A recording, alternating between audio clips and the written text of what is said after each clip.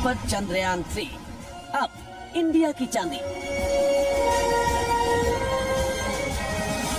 इसरो को मिला खजाना, मैन मिशन अगला निशाना। चंद्रयान 3 ने सिर्फ चांद पर कब्जा नहीं किया, बल्कि उस खजाने को भी हासिल कर लिया है जो भारत और भारत की स्पेस रिसर्च ऑर्गेनाइजेशन पर धन वर्षा कर सकता है। दरअसल चंद्रयान 3 के जरिए इसरो का मकसद चांद पर सिर्फ जल, जीवन और खनिज की खोज करना नहीं है। दरअसल चांद पर जानकारियों का असीम भंडार है जो साइंटिफिक रिसर्च के लिहाज से बेशकीमती है, और यही जानकारी का भंडार इसरो के लिए दुनिया भर के खजाने के द्वार खोल देगा। आपको बता दें, स्पेस मिशन के जरिए दुनिया भर के वैज्ञानिक कई फायदे उठा रहे हैं, जिसमें सैटेलाइट इमेजिंग, पोजिशनिंग और नेविगेशन डेटा शामिल है। मगर साइंटिफिक रिपोर्ट्स बताती हैं कि अब अंतरिक्ष अर्थव्यवस्था का बड़ा फैक्टर बनता जा रहा है। यही वजह है कि सिर्फ भारत ही नहीं, बल्कि अंतरिक्ष की तरफ बढ़ रहे अमेरिका, चीन और रूस जैसे तमाम देश चांद पर पैर जमाना चाहते हैं। और अब चूंकि भारत चांद के दक्षिणी ध्रुव पर पहुंचने वाला इकलौता देश बन गया है, इस लिहाज से चंद्रयान 3 की सफलता अंतरिक्ष के क्षेत्र में नई तकनीक और जानकारी का वो खजाना है जिसके जरिए भारत की स्पेस इकोनॉमी को बढ़ावा मिलना तय है।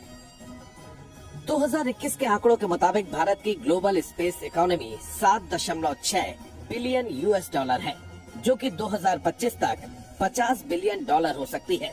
वहीं ग्लोबल मार्केट में इंडियन स्पेस का हिस्सा महज 2% है, लेकिन मिशन चंद्रयान 3 की सफलता के बाद 2030 तक इसके 9% होने की उम्मीद है।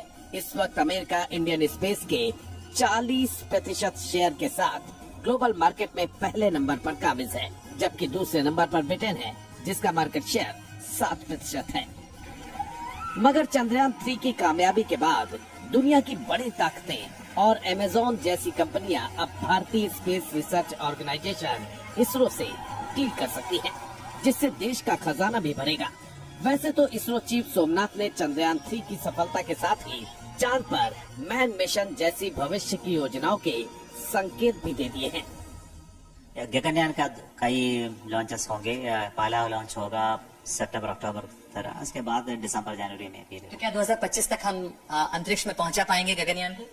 Sure we will be able to reach. हम जाएंगे भारतीय एक दिन चंद्रमा पर, और एस्ट्रोनॉट्स है जो गगनयान में जाएगा, और हमने जो ह्यूमन स्पेस फ्लाइट कैपेबिलिटीज हम बनाते हैं इसके तरफ से, और हमारे जो गाइडेंस प्रोग्राम है मून जाने तक का, इसके वजह से हमको एक दिन Indians will go to moon.